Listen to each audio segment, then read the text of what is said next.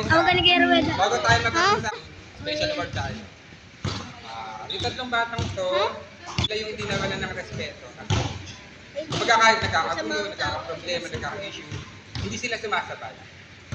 Kahit yung isang lumipat ko, ano, Kilala ko yan. dapat na rin wala ng issue. Hindi maganda sa kanila. So, bibigyan ko ng magandang award yung tatlong to ay sina... Who's that? Ay, ako gumawa ng certificate na yan eh. Most respected player. Bakit? What's that? Ano yan? Picture one. Ayos.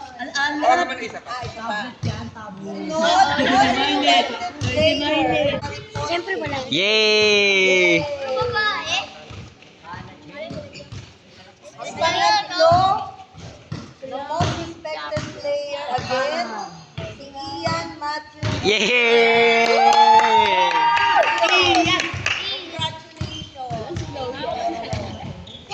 Congratulations. Respected, respected. Respected. Siyempre hindi tayo papayag kapag wala sila sa Sa'yo, sa'yo.